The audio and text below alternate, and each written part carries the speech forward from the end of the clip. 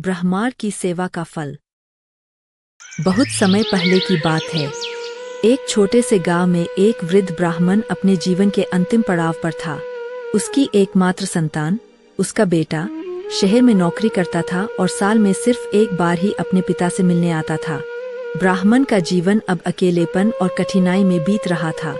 लेकिन गांव का एक लड़का, नाम था अर्जुन, हर रोज ब्राह्मण के घर आता, उसका हालचाल पूछता, खाना बना देता और जरूरत की चीजें बाजार से लाकर देता।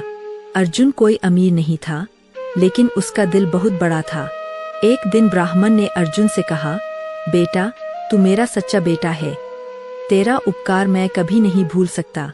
अर्जुन मुस्कराया और बोला, बाबा, आपने मुझे आशीर्वाद दिया, यही मेरे लिए सबसे बड़ा उपहार है। समय बीता और ब्राह्मण की मृत्यु हो गई। उसका बेटा शहर से आया, अंतिम संस्कार कराया और वापस चला गया। गांव वालों ने अर्जुन की सेवा भावना की बहुत सराहना की। कुछ महीनों बाद गांव में एक जमीन का विवाद उठा। ब्राह्मण की कुछ जमीन थी जिसकी जानकारी सिर्फ ब्राह्मण और अर्जुन को थी। ब्राह्मण ने अपने अंतिम दिनों में अर्जुन को वह जमीन एक पत्र के जरिए सौंप दी थी। पत्र में लिखा था, जो बेटा मेरी सेवा करे वही इस जमीन का असली हकदार है। ब्राह्मण का बेटा गांव आया और जमीन पर अपना हक जताने लगा। पंचायत बैठी।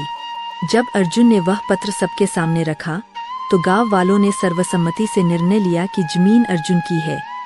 ब्राह्मण के बेटे को बहुत शर्मिंदगी हुई। उसने अर्जुन से माफी मांगी और कहा, मैंने अपने पिता को नहीं समझा, पर तुमने उनका हृदय जीत लिया। अर्जुन ने विनम्रता से कहा, सेवा कोई सौदा नहीं होती, वह तो इंसानियत का धर्म है। गांव वालों ने अर्जुन को बहुत सम्मान दिया। वह जमीन अर्जुन ने गांव के स्कूल और अस्पताल के लिए दान कर दी।